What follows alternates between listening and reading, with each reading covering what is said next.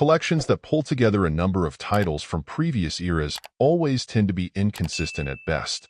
Strangely, there are sweet spots where sometimes going back further will actually yield better results, with games that were made at the peak of traditional 2D graphics faring better than those caught up in the long road to getting polygonal graphics to where they are today.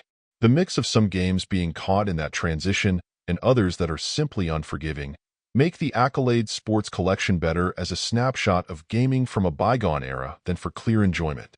Starting with its two multi-event Olympic-style offerings, one for summer games and one for winter, you get a predictably mixed bag.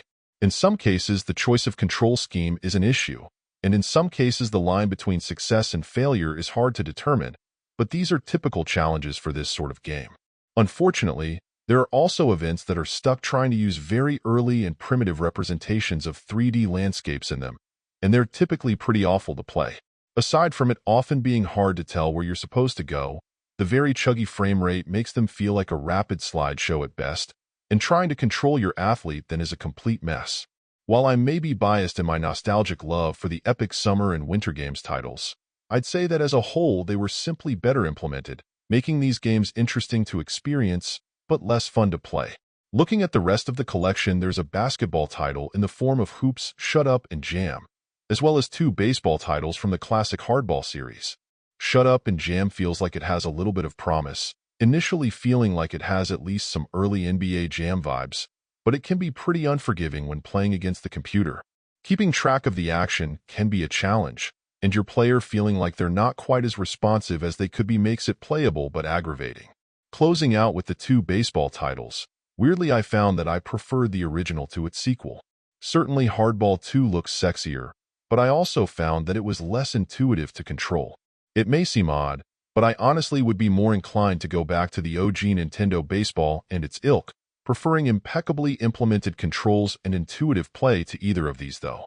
As with all retro collections, I absolutely appreciate an opportunity to sample play from earlier eras. While the depth and quality we're used to now is often not present, there are typically some nice surprises peppered into the experience that show glimmers of what the future would hold.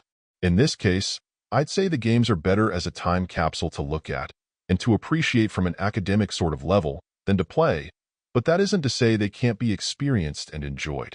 If you're a fan of checking out games from bygone eras, this still may be of interest, but I'd say there are collections out there that are more satisfying if you're looking to spend some time actually playing them than this. Overall, my final score for the game ended up being a 5.7, and if you're interested in picking it up, it's currently available on the Switch eShop for $19.99. Thank you for taking the time to listen to this review, and if you'd like more information or ideas of indie games worth checking out on Switch, be sure to click on the link provided in the description. Until next time.